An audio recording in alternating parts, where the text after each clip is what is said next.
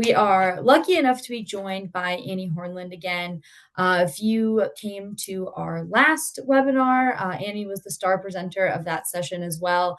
She did such a great job that we brought her back for this session. So Oh, if goodness. you if you were there, you're in for a treat. But if you weren't, let me introduce Annie. Annie is a solutions architect here at Bonterra, been here since 2022. Before she entered into the CSR software space, she worked in finance, technology, payroll, banking, and cancer research commercialization.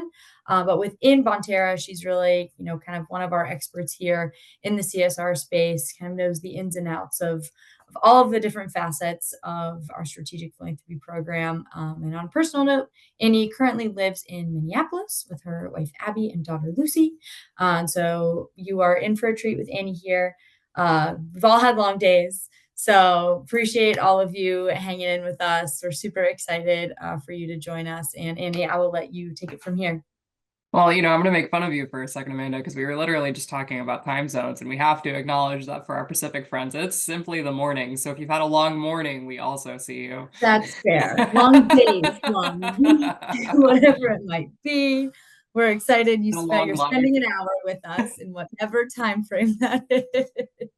Hey, I'm just giving you a hard time, man.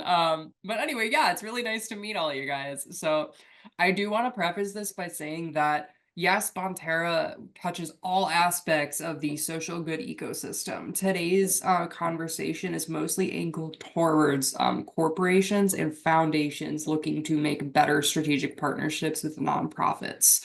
So if you're on the nonprofit side, by all means stay. Important decide to see the other side of the curtain too. But I just did want to throw that out there. We will be doing more sessions going forward on the other side of the spectrum, so stay tuned. But anyway, that is to say, today's focus, we're going to be talking about, what's the state of the state? What's happening? There's a lot to unravel there. We're going to keep it pretty focused. We're going to talk about the importance of partnerships. Why do you have them to begin with? Like, why can't you just give willy-nilly, or like, what's the point of focusing, and ways that you can use your CSR software to maximize those partnerships or to find those partnerships. Essentially, what we're all going to come down here is like, there's a lot of things outside of your software to think about, consider, do from a strategic perspective. But as a software company, we will, of course, be telling you how can you use software to make this easier, better, more streamlined for you. So let's talk about how things are. So right now, more than ever, there's a lot of pressure on corporations and corporate foundations. I think generally speaking, we see that private foundations have always felt that this is important, but our corporate partners especially are getting a lot more pressure to have social impact initiatives as part of their mission. So it's no secret to many of you that brand is heavily impacted by your social impact. So now we see that of the S&P 500, like those folks, 99% of them these days are releasing CSR impact reports because they understand the value and the effects on their branding. It is directly impacting their consumer population, how consumers view the brand, whether they want to buy from the brand, how they interact with that. And it's just becoming more and more intertwined. But because of that also, people expect corporations to do more. They see them as having a lot of power in the space and a lot of ability to be able to impact social good causes. You can see here, the stat is up to 42% of a brand's perception is now based on CSR practices. That's pretty huge. I know that typically when we think about that, we think of companies like Patagonia and Subaru who have like really incredible and loudly spoken about social impact programs. But it's becoming more and more the case that a lot of other corporate entities are jumping onto that. Like, for example, I was just at a conference called Engage for Good earlier this year, which if you haven't heard of, highly recommend taking a Google really quick and checking that out, because what they do is specifically aligned with corporate nonprofit partnerships. So if you haven't heard of that, Engage for Good, worth looking at. But when I was there, what I found was, wow, a lot of corporations really do care about having long-term strategic partnerships. They really care about advancing those so they can actually make meaningful, measurable social impact over a long term. So I'll digress. We will send you the slide deck. So if you really like statistics, you will have these available to you later. So we talked about corporations and why it's important for corporations, but nonprofits out there are relying increasingly on your support. So there's a lot of reasons for that. So as you can see here, like a large portion of nonprofits say that these corporate foundations are essentially the foundations for their programs, right? Like they do get funding from individual donors. They do have individual community members that donate time, but it's the most sustainable for them to have those long-term partnerships with corporations to fund their programs because it is the most consistent way for them to operate. And also we see over here that individual giving and individual volunteering is actually decreasing. So for whatever reasons that might be, there's a lot of things we could point to, but the fact of the matter is we are seeing a steep decline in individual efforts to give and volunteer with nonprofit organizations. So what it's doing is essentially nonprofits are getting less, they're having to do more with less, and it's causing them to need more funding, need more time commitment from their partners, and they're increasingly looking to corporations to do that. So that's kind of the position we're in. That's kind of the state of the state. So, you know, from our perspective, our vision is essentially to be like, it's kind of cheesy, but to be the match.com for corporations and nonprofits to align funding opportunities with people seeking funding. So we essentially want to create this ecosystem for people to become aligned and partnered and maintain that going forward. So there's a lot to break down there. And honestly, I'm going to show you what's available today. And there is a lot available today, but like stay tuned because there's a lot more coming that I think you guys will be very interested in. So keep us in the back of your mind. We'll be around for a while as we have been since 1999, as Amanda pointed out.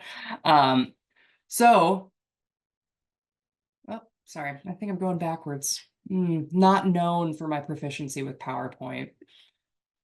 So, what's important in selecting a strategic nonprofit partner? So, everybody has opinions about this, right? And like, there's no one right path. There's a lot of things you could consider when selecting your strategic nonprofit partners. But generally, what we hear from our clients is that it's important for you to select partners that align with your corporate objectives. So, for example, a lot of restaurants will partner with hunger-related campaigns. A lot of people that do clothing will do access to clothes, back to school drives, that sort of thing.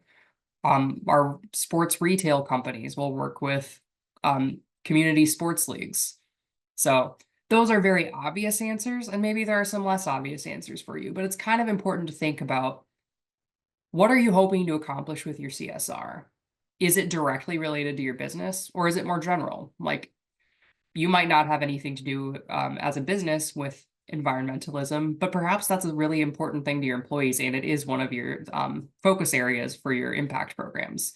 That's okay too.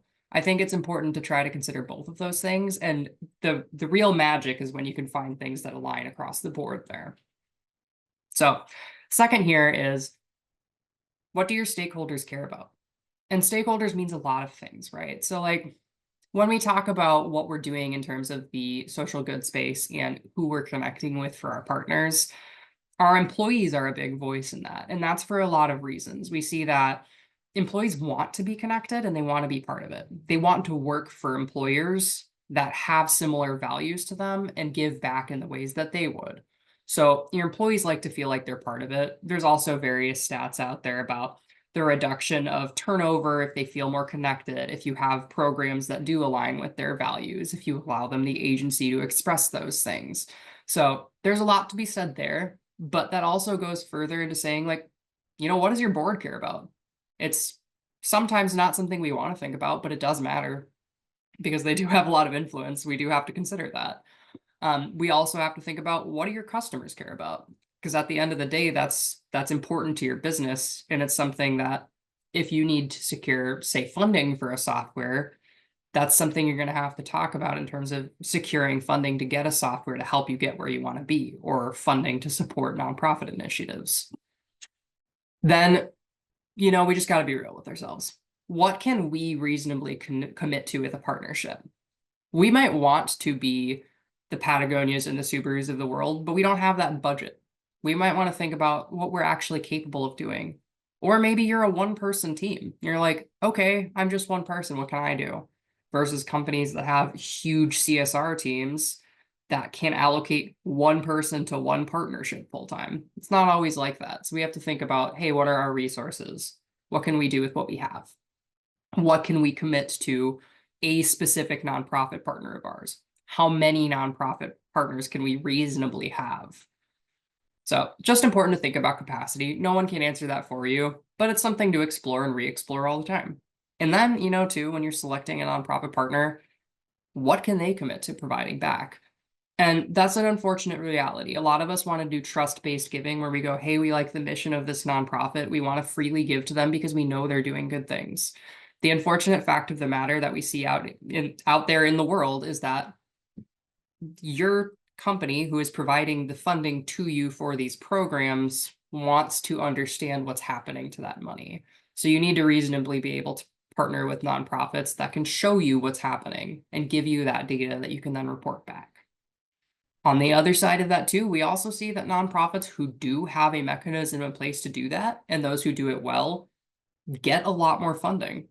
It's just a simple, unfortunate truth. And, sometimes it comes down to capacity, right? I don't know if you guys are familiar with the Charity Water, but they're a global fund that provides clean water resources to those in need of them. And they are incredibly well known because they have a great marketing team. And it's because they take the time to figure out what the data is that they can then provide back to people who can be funders, and they maximize that. And that clear impact story is a really compelling reason to partner with them. And that's why one of the big reasons they succeed beyond their simple mission and what they do, they can talk about it with facts and figures. So can you find partners who will do that? Maybe not to that level, but they'll give you some data that you can use in your storytelling to continue that partnership. And then finally, what does it all amount to? What's the collective impact you guys can achieve together? Are you working on something specific? Are you generally funding the operational expenses of this organization, or is there a mission you are working on together? I can't remember the particular one from this conference, Engage for Good, but I was at a session where one corporate partner worked with one nonprofit on a hunger initiative. And hunger is a really big thing. So they focused, let's do childhood hunger. Let's focus more. Let's talk about hunger over the summer when school meals aren't being provided. That was something specific and measurable and actionable that they could focus on. So what kind of goals do you want to have with partners? If you're thinking goal first, what partners can help you achieve that? If you're thinking partner first, then what can you achieve together? There's just different methods of thinking about it. So very broad. Hopefully that was good for setting the stage for all of us. So here are things that we see as blockers. So I think we all want to partner with nonprofits, right? Like corporations sometimes feel overwhelmed by the number of nonprofits out there. They feel like perhaps it's hard to access who's out there, what can be done. There are just things in place that are blocking all of us from having the best of relationships that we can and doing the maximum we can for the social communities we serve. So one, it's probably no secret to you, nonprofits feel like it's incredibly hard to get on your radar. There's a lot of nonprofits, there's way less funders. There's a lot of people who want funding for really cool initiatives that are doing very material good for their communities. There's a ton of them. So corporations on the other side of that feel inundated by how many nonprofits there are. And so it can be kind of hard to become seen. So there's ways that you can do that. We'll get into that, but they're feeling a little overwhelmed. They don't know how to get in touch with you. They feel like it's hard to get in touch with you. And let's be real, there are some nonprofits, much like Charity Water that I just mentioned, who do have dedicated staff for this kind of thing. Or There's quite a few nonprofits, probably the bigger ones you think of when you think about nonprofits like Feeding America and that sort of thing, that they likely have dedicated staff for corporate partnerships. Smaller nonprofits that can still be doing really meaningful work that might align with all of your missions may not have a dedicated staff person or people for corporate partnerships. So that's just something to consider too. So I guess what it comes down to is thinking about, hey, how can we make our programs more accessible? Do we, want to make our programs more accessible? Some people don't. That's okay too. You want to cultivate and choose partners without that accessibility factor. Again, different lines of thinking. So you might not know what NPOs are out there. And when I say NPO, I mean nonprofit. We also use the term social good organization. So just as a caveat, you'll see all of that on here. You don't even know how to find them.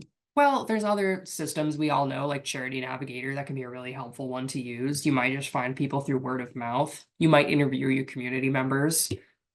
Your employees might be wanting to suggest nonprofit partners to you, but you might not have a way to collect those suggestions. On that note, your employees might want to give, but they might not know where to give. They don't know who's out there either. They're kind of looking to you to be the voice, or they're looking to you to make it easy for them to find those things. So that can be a blocker too if they just feel overwhelmed or unsure. Then there's like a limited crossover between grants and employee-based opportunities. So many of the corporations we talk to do have both of these types of programs, but there's not really an overlap, right? Like their employees do what their employees do, and they choose to give where they're granting money, but they don't actually understand if there's any overlap there or any ability to connect them. So we've seen an increase lately in employee motivated grant programs. So that's been really cool to see, where they want the employees to have more agency and decision in their grant making process. That's very, very cool. We're also seeing things like, are you asking in your grant application or grant award letters or anything like that whether your partners would be interested in like posting volunteer opportunities to your employees? Just opportunities. And then finally, it does come down to storytelling. Do you even have data? How are you telling your story? Can you tell your story? Can the nonprofit provide you any data? Is there a streamlined approach to that? Those are all blockers we see. So basically, it's hard to be seen. There's an overwhelm of data. People are unsure how to get what they need. They don't even know what they're looking at. There's no crossover opportunity available currently. And, if you don't have data, you can't tell a story. If you don't have a data tool, you don't know what your data is saying. So those are the blockers we're generally seeing. So we will get into showing you some demonstration stuff because, of course, you want to see at least what some software tools can do. There are different ways you can leverage CSR software, whether it's ours or another one. It's just important to know that there are softwares out there that you can use to help you. The point of software is to help you. It's to guide different processes. There are different pros and cons to all different kinds of software. Each do different things in a different way. That's how it goes. But I'll tell you a little bit from the focus of what I know ours can do. So one, we do have pre-vetted databases of organizations. So that's really cool. We've talked to some organizations that are like, hey, we spend a lot of time vetting out organizations. Like, cool, that's a lot of work. Take that off your mind. You shouldn't have to do that. That's just too much. You should be able to search a pre-vetted database of organizations based on the criteria you want. We have that. We're also improving that. Again, this is one of those teasers. This is unfortunate, but stay tuned because there are some really cool things coming. You want to let the right people access your grants. And honestly, beyond that, you want to make sure the right nonprofits are aligned with the correct programs, right? Your software should be able to have rules in place that guardrail that. That should be any software. Within grants specifically, it's really common for our clients to have eligibility quizzes in place. This is interesting to talk about because we're talking about having the right partnerships, right? Like it's not just about having every partnership, funding every opportunity. It's about being strategic and having the right partners, achieving long-term goals. So that is what we're seeing is the trend is not to maximize the volume of where funds and hours are going, but to focus it more on those quote unquote chosen partners that align with your organization's goals. So, on that note, sometimes that means being restrictive. You want to let your software do work for you to be restrictive to help keep you in line with your goals. There's things you can have in place like eligibility quizzes. So for grant applications, I was just talking to someone who gets thousands and thousands and thousands of requests every year because they're a large retail company. They're very well known, so people think to ask them for funding product, whatever it might be, all the time.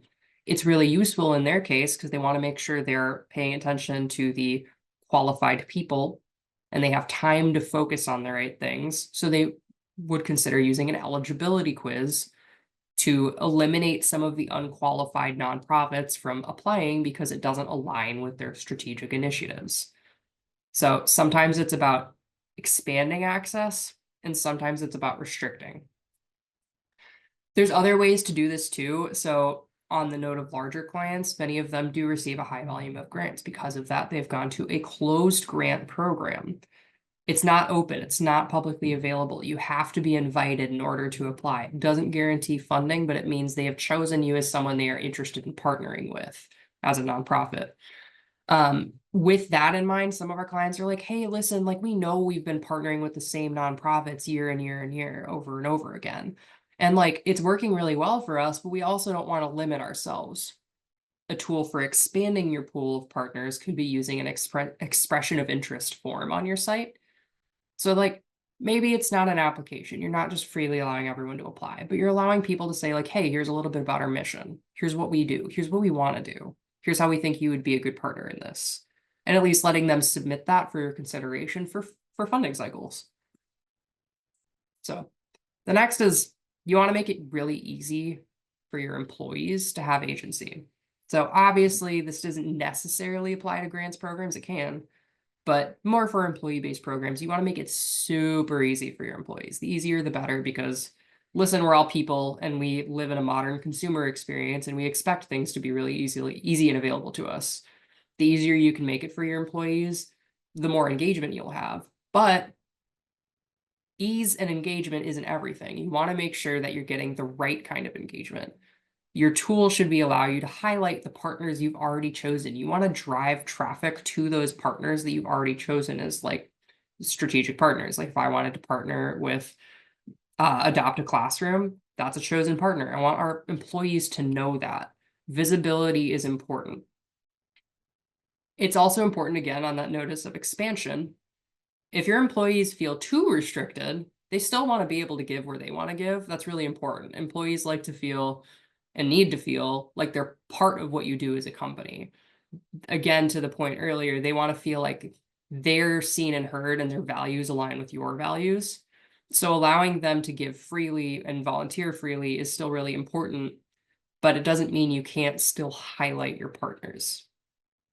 On the note of restriction, it's still important to know that you can use software to put guardrails in place to make sure that, yes, we want our employees to give and volunteer wherever they want, but like that doesn't mean we can support political organizations. That's a common restriction I see. And that's fine too. Your software should always be able to help you with those kinds of things. And then finally, I'm going to really keep harping on this. Data is everything. Sometimes we don't want it to be, but it's really important because data is what we use to secure more funding. It's what we share with our marketing team when we release our annual report.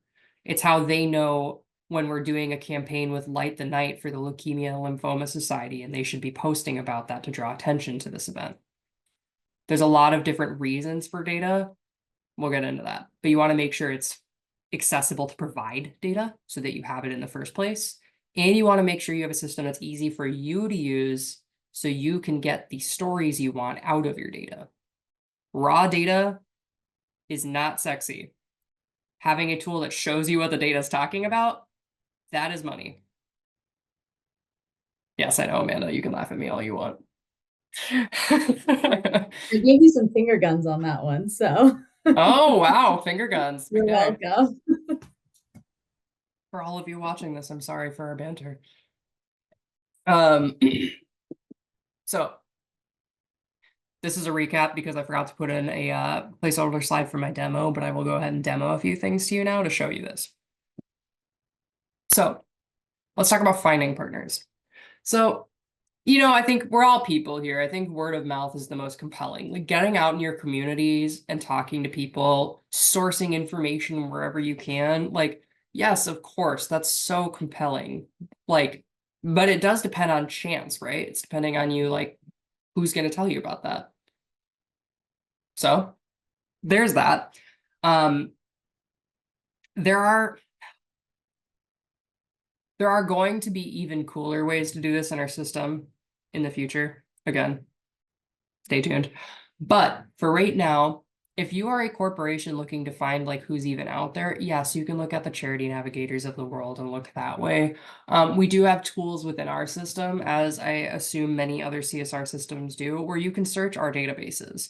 So you can search based on whatever criteria you want here. So like here I have a keyword search. I can look based on state if I want to look for nonprofits in the state of Texas, for example. If I want to look at see if like a specific tax ID is within a database, look at the various databases available.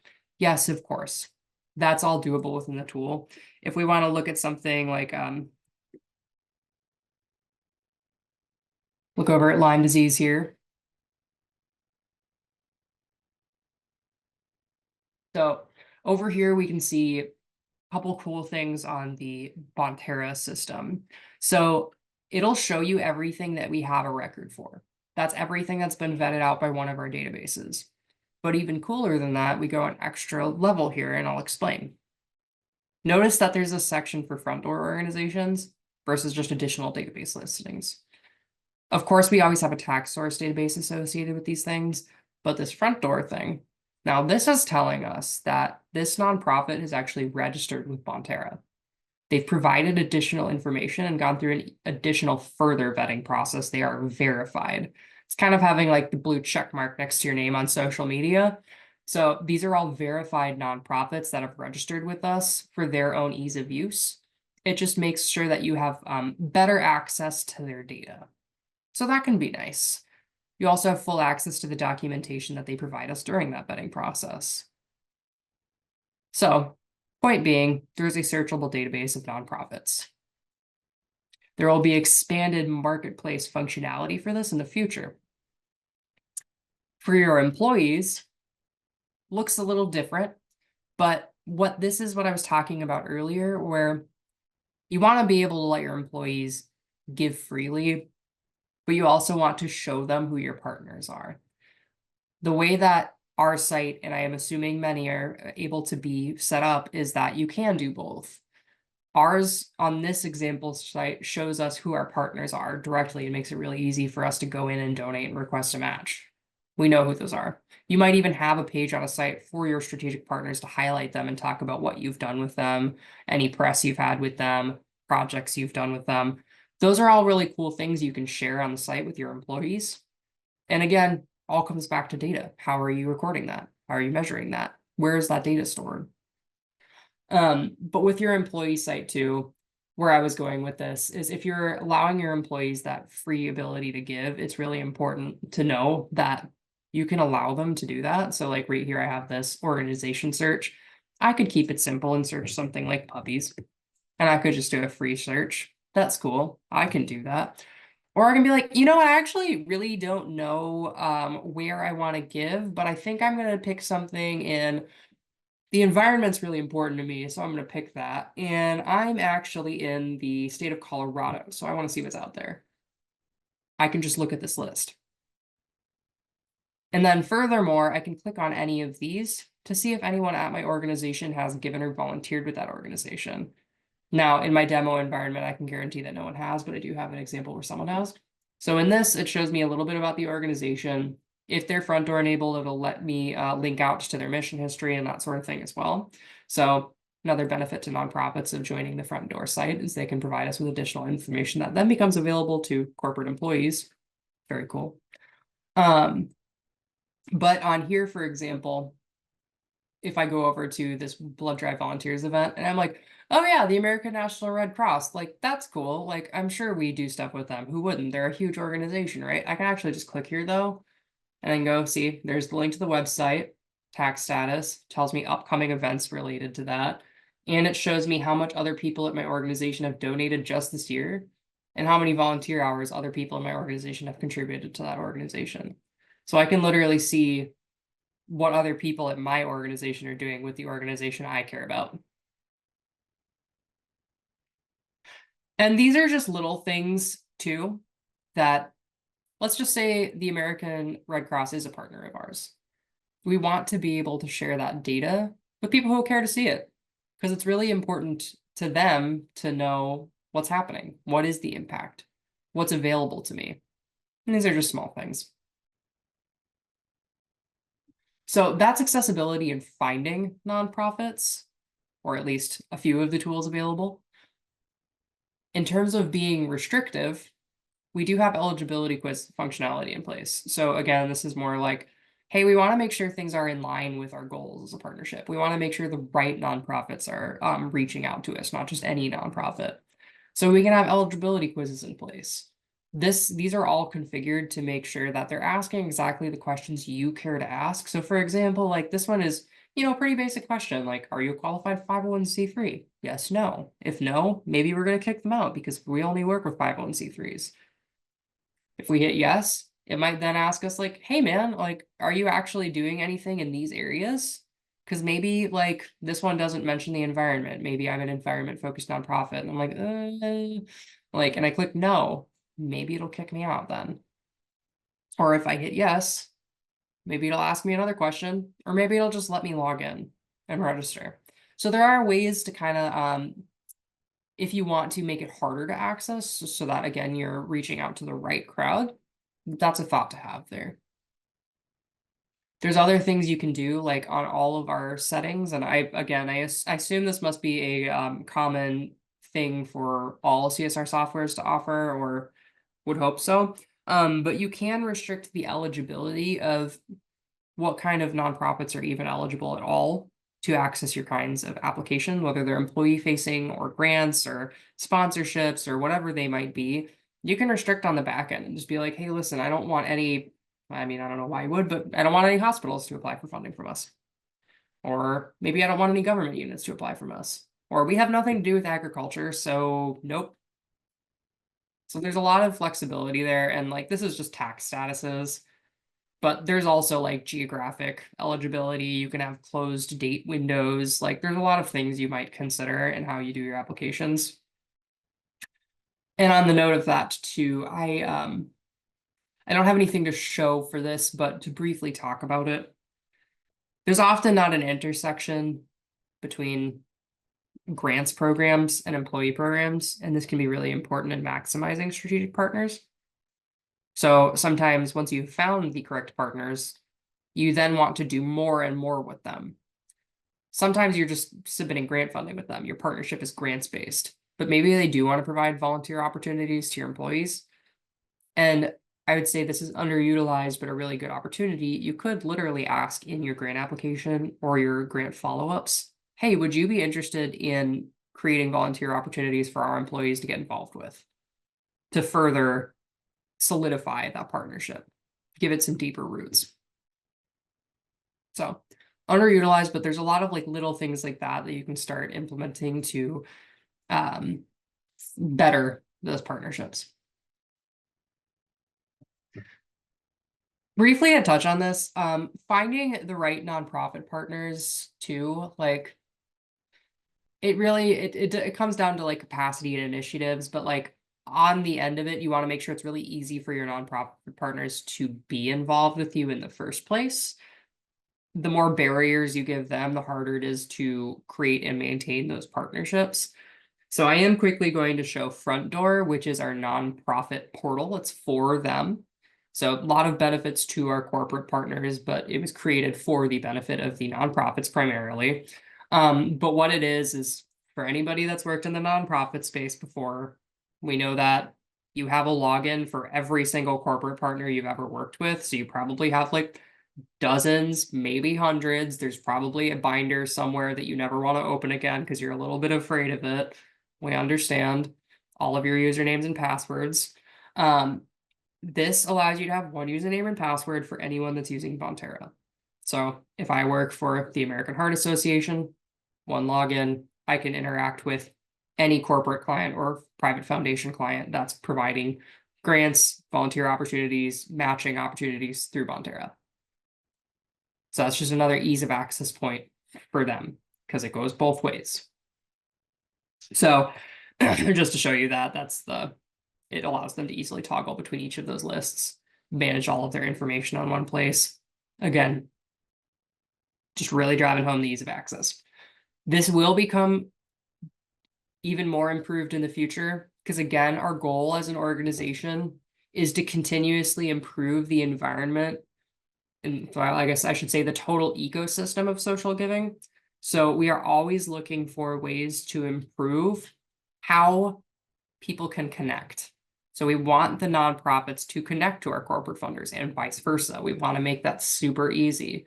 We want to alleviate work where possible, remove barriers. And that also extends out to individual donors. How can those people find nonprofits easily? So it's a continuous loop. It's all connected. We are trying to find ways to always improve that ecosystem. This is one of those things.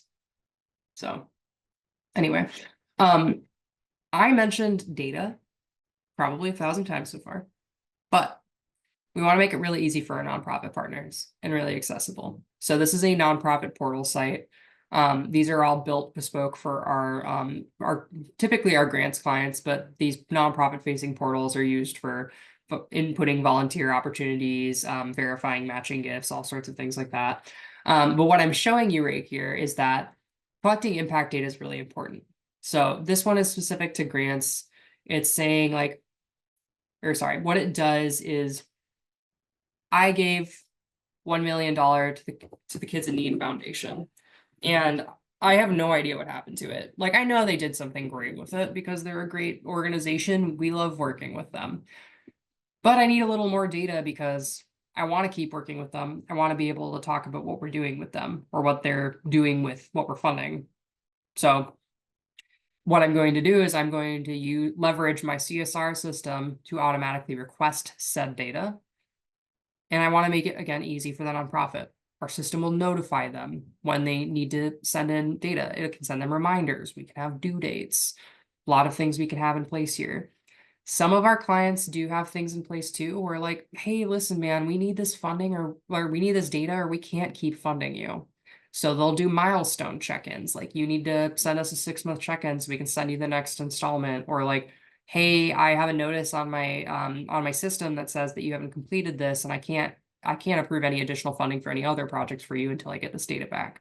So that's more of like I'd say a restrictive circumstance, but it really does drive home that like there's a burden to provide data and a need for it in order to have and maintain these relationships and really maximize what you can do with them. Call it a necessary evil, if you will, but it is very important. So whatever you want to put in those, it's up to you. This one's very straightforward, where it's just like, hey, here's some information for your initial request, just to remind you what we sent funding over for. Please provide us data. So you can ask whatever you want to in these, depending on how you guys care about measuring impact. We can make suggestions, but it's up to you. There's different impact points for different kinds of project. Like, you're not going to ask when someone's doing a backpack stuffing project, you're not going to ask them how many trees they planted. Not really relevant. So you might want to have different kinds for different circumstances, but you can ask whatever you want here to make sure you're collecting the data that's actually helpful for you guys when you're doing your storytelling. Including narratives, including photos, whatever it might be. But once these get submitted, they all enter into our database and they're available for reporting, which is where I'm navigating next. So reporting, again, it's the cornerstone. This won't necessarily, well, there are ways you can use this to identify strategic partnership opportunities. So I know that's the crux of why we're here. It's also something you can use to monitor your partnerships. Both are very important. For example, I'll show you monitoring first and finding second. So in this total giving dashboard, what we're seeing is a bird's eye view of all of our programs, right? We've given 26.5 million year to date. It breaks down into grants, employee gifts, matches, great information. But, that's all cool, but like I actually want to see specifically what we're doing with one particular organization. Sorry. So I can pull that up and I'll filter and I'll show that. And then all of a sudden I can see, oh, we've given a little over 1 million to this organization this year. Okay, well, that's cool. It's also possible to show different time periods. So maybe I want to see our impact with them over the last 5 years, or maybe I want to see year-over-year trends with that organization because they're a partnership with us. Maybe I just want a dashboard that shows us partnerships info. I can tag these organizations as partners and monitor them that way. A lot of different ways to go about this, a lot of cool things you can do. Personally, if I were in the position to have strategic partnerships, why not have a strategic partnerships dashboard where you monitor all the activity? You can even test out campaigns like, hey, I do want to make this accessible to our employees for a volunteer program. See what it does. Like, are your employees actually engaging with that particular organization? After you post something to the site, do you see increased engagement with that organization? Are you running comms campaigns and measuring against them? There's a lot of things you can do with data. It's very powerful. It just depends what you have the capacity and want to do with it, right? And what systems do you have in place that allow you to do that or not? The next one I'll say is I get questions from prospects regarding like, we have strategic nonprofit partners. That's most common that organizations do. Already have at least a couple. But they're frequently finding that their employees want to be more engaged and involved with these processes. There's different ways to do that. The one I'm going to show you is the organic way. You can take suggestions from your employees right on the site. We can make forms for that. You can do employee nominated grants programs to see what your employees care about. Those are cool. I've seen increased popularity with those. But what I'm showing you right now is the organic way to use data to see what your employees care about. So this is what we call a giving cause summary dashboard. There's a lot of different dashboards for a lot of different use cases, but what I'm really going to show you right here is this percentage of total donations by week and cause. I can see week over week what my employees are engaging with. So this week, no surprise to anyone, education is huge because everyone's going back to school. This is something I can look at to see like, okay, this cause is important to my employees. Now I want to see what those donations are. So I can click on that and then go, is there anything in common with these organizations? The answers seems to be no. There's colleges, there's foundations, there's local booster clubs. So in this case, data didn't help me. It didn't tell a story, but it was still good for me to check. Now I can go over here and say, oh, human services and education. Those are our two biggest causes. So I'm going to go ahead and right click here and see if there's any particular education causes here that are important. Oh, sorry, I did the wrong thing. I apologize. I am but a human. I too err. So we will click on this. I meant to click on this. Is what I meant to do. Sorry. So we'll click on this and we'll filter our dashboard. Now we're only looking at data related to education. And I can see all of this breakdowns here. And it can tell me a little bit more about like where it's coming from. So I can see like, oh, our employees in Minnesota care about this. Maybe I should look for a Minnesota-based organization. Or back to this, I might say of total giving, pardon, I want to see education-based organizations. Cool. Now we can see that. And now we can go Minnesota. So we talked about that particular use case where, Minnesotans are giving a lot to education-based organizations. I want to see where they're giving. I'll scroll all the way down here and I can see our top organization in education in the state of Minnesota is the University of Minnesota Foundation. Maybe we want to reach out and figure out why people want to give to that organization. I'd say with universities, it's typically the reason is obvious that people are alumni. But Kids in Need Foundation is hugely popular.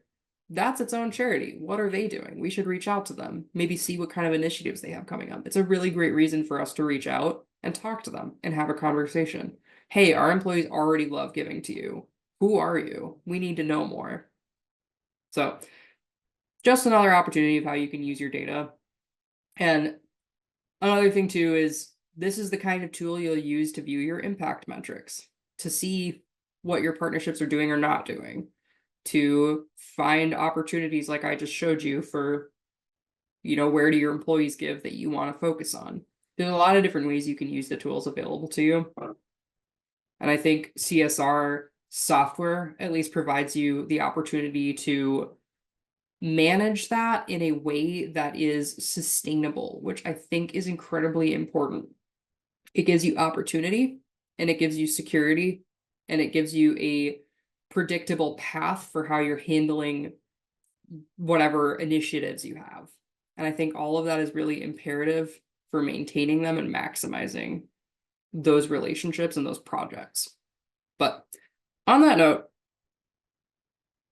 while dense, there's a lot more we can talk about. And I will say this, that this was very generalized, right? Like, I know I'm talking to all of you here as a group. If you in general want to talk about your goals, your thoughts, how you think CSR software can help you accomplish those, or even outside of software, open to that too. But like, talk to us. We love having one-on-one conversations with folks, so please reach out. We're happy to make this a more tailored experience for you. I, in fact, think that is what we do best. So, but anyway, I digress. Thank you so much. I will now let Amanda do her thing. Yeah, I was just going to say, and folks, if that does pique your interest and you are seeing this and, really wondering how could this work for my organization, right? How can this fit our needs? And you do want to talk to us and you are interested in exploring Bonterra as a software option. As Annie said, like a lot of these practices are applicable throughout whatever tools you might be using. But if you're looking for, some of the features that Annie showed here today, I'm going to leave that poll up on the screen um, to let y'all fill out while we kind of wrap things up here in a moment. So I'll leave that there. And then if anybody has any questions, feel free to put those in the Q&A section. No questions have come in so far, Annie, throughout the presentation, which I am taking as a sign of you are in everybody's minds and you already knew what questions were going to be asked and we're ready to roll with the answers. But we'll hang here for a minute and see if anybody has any last minute questions. But as if you're thinking of them, I do want to thank Annie really quickly. Take some time in front of everyone to say, really appreciate your info and expertise here. Like you said, I know there's a lot to kind of cover, and I know when we were talking about this presentation, we were like, this is such a big concept, right? And there's a lot to drill into, and I really appreciate you taking the time to kind of walk through those different, blockers, those different focus areas and help kind of guide us in this conversation. So thank you for bringing your spin and expertise here. And I hope everybody enjoyed the session. Yeah, thank you, everyone. All right. Well, we'll stare at each other for another minute. If folks don't want to ask any questions, we'll head out about 9 minutes early. But I know everybody loves sitting in silence, so we'll just keep bantering until Stare at you all the all plants say, on my shirt. right. All right. Doesn't seem like anything is coming through. So I will once again say thank you to everybody here for joining us. We really appreciate your participation in today's session, taking an hour, or should I say 52 minutes out of your day to spend with us. I know your time is super valuable. So really appreciate you choosing to spend it with us, and hope everyone has a great rest of their day, whether that be the morning or evening or afternoon, depending on where you are. And also has a nice start to their end of the week, almost weekend. All right. Take care, folks. Bye.